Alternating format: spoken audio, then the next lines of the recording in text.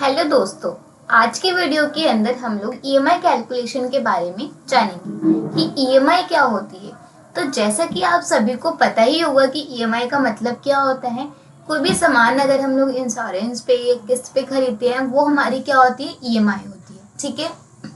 For example यहाँ पे मैंने कुछ इमेजेस भी लगा रखी है कि ईएमआई हम किस किस बेस पे खरीद सकते हैं मतलब कौन कौन से प्रोडक्ट पे हम लोग ईएमआई खरीद सकते हैं। जैसे कि यहाँ पे कार, आपको एक घर दिखाई दे रहा है, हाउस, और यहाँ पे एक हमने कंप्यूटर ले लिया। इसके अलावा बहुत सारी चीज़ें भी होती है जो हम किस्त पे खरीद सकते हैं। ठीक है, ये तो फॉर एग्जांपल मैंने इमेज के लिए आपको दिखाने के लिए दिया था। उसके बाद आता है यहाँ पे मैंने आपको पहले से ही एक डेटा बना के मेंटेन करके दिखा रखा है।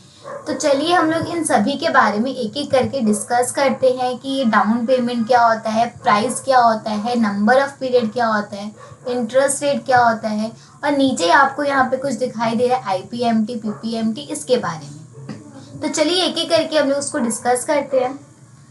पहला एग्जाम्पल हम लोग ले लेते हैं, जैसे कि यहाँ पे सरोज का दे रखा है। ठीक है, कि एक सरोज ने एक मोबाइल खरीदा है। ठीक है, जिसका जो प्राइस है वो कितना है, 20,000 का है। लेकिन उस वक्त उसके पास उतनी पेमेंट नहीं थी, तो उसने कितनी पेमेंट करी है, दुकानदार को 5,000। ठीक है, और जो बची कुची पेमेंट है 20,000 में से आप 5,000 को माइनस कर देंगे, तो जो हमारी बची कुची पेमेंट है उसको लौटाने का जो टाइम ड्यूरेशन होता है वो हमारा कहलाता है नंबर ऑफ पीरियड, कि हम उस पेमेंट को कितने टाइम तक दुकानदार को दे देंगे। ठीक है, तो यहाँ पे मैंने लिया है 1 साल का टाइम। उसके बाद आता है यहाँ पे इंटरेस्ट रेट। अगर आप कोई भी सामान किस्त पे खरीदते हैं तो उस पे इंटरेस्ट रेट भी पे होता है, तो आपको वहाँ पे इंटरेस्ट रेट भी पे करना पड़ेगा।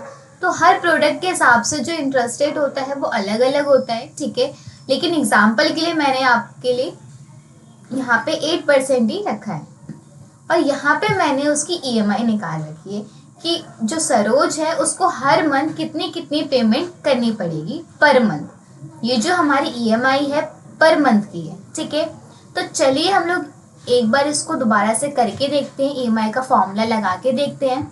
यहाँ पे हम लोग ले लेते हैं सरोज का ही एग्जाम्पल।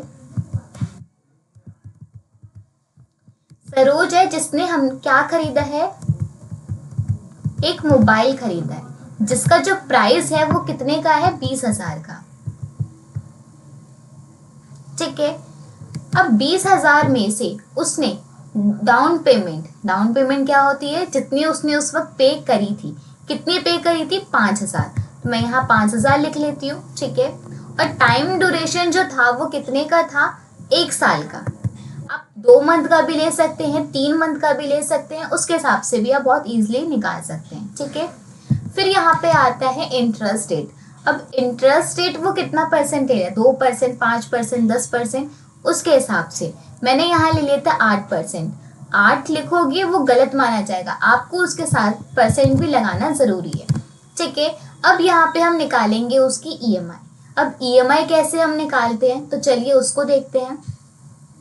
ईएमआई निकालने के लिए हमारे पास क्या क्या चीजें होनी जरूरी है। सबसे पहला हमारे पास उसका प्राइस, हमें ये पता होना ज़रूरी है। उसकी डाउन पेमेंट उसने कितनी पे करी है वो भी पता होना चाहिए, और जो टाइम ड्यूरेशन है, जितना उसने टाइम ड्यूरेशन लिया है अपने बचे कुचे बैलेंस पेमेंट को पे करने का, वो कितना है वो भी हमें पता होना चाहिए। साथ में हमें इंटरेस्ट रेट भी पता होना चाहिए। तो चलिए इन सभी की मदद से हम लोग ईएमआई कैलकुलेट करके देखते हैं। तो अब हमें क्या करना है, सिंपल इक्वल के बाद आपको माइनस ज़रूर लगाना है। माइनस इसलिए लगाया जाता है कि आंसर जो है हमारा वो माइनस में ना आए। ठीक है, इसीलिए हमने पहले यहाँ पे माइनस लगा लिया। अब हम लोग यहाँ लिखेंगे पेमेंट। ईएमआई का फॉर्मूला तो हम लगा रहे हैं, लेकिन हम क्या जानना चाहते हैं, उसकी पेमेंट जानना चाहते हैं, तो उसके लिए हम लिखेंगे यहाँ पे पीएमटी।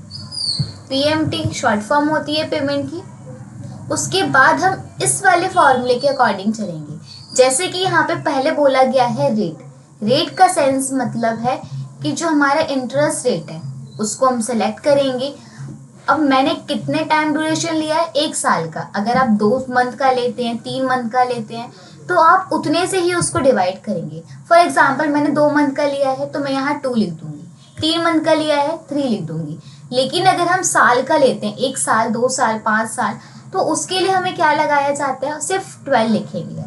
ठीक है, साल के अकॉर्डिंग लेंगे आप तो 12, अगर आप मंथ के अकॉर्डिंग लेंगे तो जितने मंथ का आप करवा रहे हैं वो लिखेंगे। ठीक है, उसके बाद हम यहाँ कॉमा लगाएंगे। फिर आता है नंबर ऑफ पीरियड। NPR का मतलब है नंबर ऑफ पीरियड, कितना टाइम ड्यूरेशन है वो बताना है हमें। तो 1 साल का दे रखा है, तो अब हम यहाँ क्या करेंगे, मल्टीप्लाई करेंगे। अब मल्टीप्लाई बाय 12। ठीक है, कॉमा, PV का मतलब होता है प्राइस। अब जितने का भी प्राइस है उसमें से हम जितना माइनस करेंगे, जो बैलेंस बचेगा उसके हिसाब से तो वो हमारे किस EMI बना के देगा। तो हमें क्या करना है, प्राइस में से माइनस करना है जो भी हमने जितनी पेमेंट उसको कर दी है। ठीक है, कुछ नहीं करना फॉर्मूले में, बहुत इजी फॉर्मूला है, और एंटर कर दीजिए। जैसे हम यहाँ पे एंटर करेंगे तो जो हमारा अमाउंट आया है ये पर मंथ का अमाउंट आया है कि हमें पर मंथ इतनी पेमेंट करनी पड़ेगी। आप इसको यहाँ से नंबर में कन्वर्ट कर सकते हैं। ठीक है, ये बहुत ही इजी फॉर्मूला था। ये तो हो गया हमारा EMI। अब EMI तो हमारी आ गई है, लेकिन अगर मैं ये जानना चाहती हूँ कि इस EMI में मैंने इंटरेस्ट कितना पे किया है हर मंथ, और जो मेरी एक्चुअल पेमेंट बन रही है वो कितनी है, तो उसके लिए हम यूज करते हैं यहाँ पे IPMT, PPMT। ठीक है, तो पहले हम ये जान लेते हैं IPMT का मतलब क्या होता है और PPMT का मतलब क्या होता है। I का मतलब है इंटरेस्ट पेमेंट, कि हम इंटरेस्ट पेमेंट कितनी पे कर रहे हैं। नेक्स्ट आता है हमारा PPMT, मतलब प्रिंसिपल पेमेंट, जो हमारी एक्चुअल पेमेंट बन रही है किसको हटा के, इंटरेस्ट को हटा के। ठीक है, लास्ट में हम अपने पेमेंट देखेंगे कि हमारी टोटल पेमेंट कितनी पे कर रहे हैं। ठीक है, फॉर एग्जांपल जैसे मोबाइल का मैंने यहाँ पे पहले से ही बना लिया है, तो चलिए एक बार इसी को भी हम रिपीट करके देख लेते हैं। हम यहाँ से कॉपी कर लेते हैं डेटा को।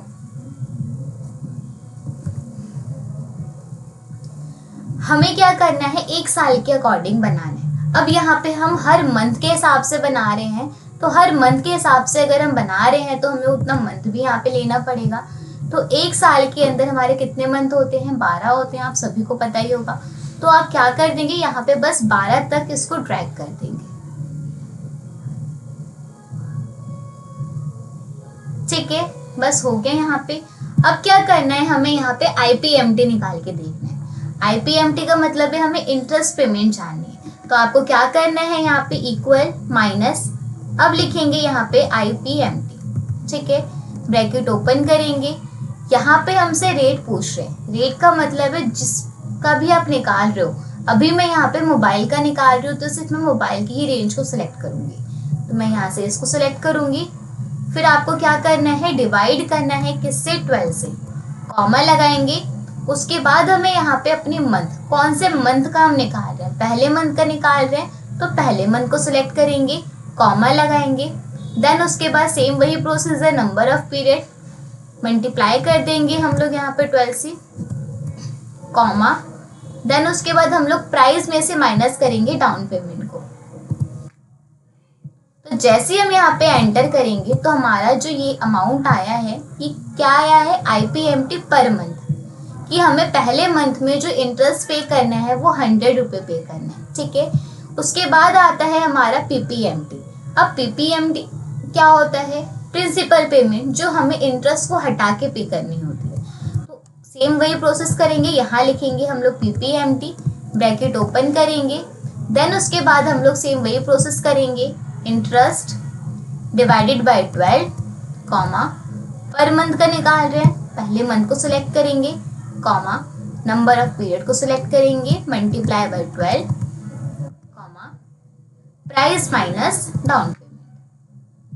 तो जैसे हम एंटर करेंगे तो ये हमारी जो पेमेंट निकल कर आई है, ये कौन सी पेमेंट है, हमारी प्रिंसिपल पेमेंट है, जो हमें इंटरेस्ट को हटा के पे करनी है। ठीक है, अब लास्ट में हम देखना चाहते हैं कि जो ये अमाउंट हमारा निकल कर आया है, क्या वो सही आया है इंटरेस्ट और प्रिंसिपल पेमेंट को मिलाकर। तो उसको जानने के लिए हम लोग क्या करेंगे, सिंपल सा फॉर्मूला इसको सिलेक्ट करेंगे। ठीक है, इसको सिलेक्ट करेंगे, आप डायरेक्ट सम का फॉर्मूला भी लगा सकते हैं या फिर इस तरीके से प्लस करके देख सकते हैं। तो जो हमारा ये वाला अमाउंट है और जो हमारा ये वाला अमाउंट है, दोनों आपके इक्वल आने चाहिए। अगर आपका अमाउंट यहाँ गलत आ रहा है तो इसका मतलब है आपने यहाँ पे आईपीएमटी या पीपीएमटी में कोई ना कोई गड़बड़ी करी। ठीक है, ये तो हमारा हो गया पहले मंथ का। तो क्या अगर हमें हर मंथ का जानना है, पूरे 12 मंथ का, तो क्या हम बार बार यही फॉर्मूला लगाएंगे? जी नहीं। उसके लिए हम बहुत ही इजी फॉर्मूला है, हम उसको अप्लाई करेंगे। अपने फॉर्मूले के ऊपर हम लोग फ्रीजिंग कर देंगे। अब फ्रीजिंग कैसे करते हैं हम वो जानते हैं, और किस किस को हम फ्रीज करेंगे वो भी हम आपको इस वीडियो में बताएंगे। तो देख सकते हैं यहाँ पे हम किस किस को फ्रीज करेंगे। सबसे पहला आ रहा है हमारा प्राइस, देन हमारा down payment, number of period और इंटरेस्ट रेट। बस हमें इन 4 चीज़ों को फ्रीज करना है और किसी चीज़ को फ्रीज नहीं करना। क्यों नहीं करना? क्योंकि अगर आप बार बार वही फॉर्मूला अप्लाई करेंगे तो आप निकाल किसका रहे हैं? मोबाइल का ही निकाल रहे हैं। तो बार बार आपको वही बार बार सिलेक्शन करनी पड़ रही है। तो हम ऐसा कर सकते हैं कि उन सबको हम एक साथ ही फ्रीज कर दे। ठीक है, तो अब आइए यहाँ पे हम फॉर्मूले पे टिक करते हैं। यहाँ पे आपको ऊपर एक फॉर्मूला दिखाई दे रहा है, यहाँ पे हम लोग फ्रीजिंग करते हैं। अब फ्रीजिंग के लिए हमें क्या प्रेस करना होता है ये भी हमें पता होना चाहिए। जब भी हम फ्रीज करते हैं तो उसके लिए हमें यहाँ पे F4 प्रेस करना होता है। ठीक है, तो हम लोग यहाँ पे इसको सिलेक्ट करेंगे।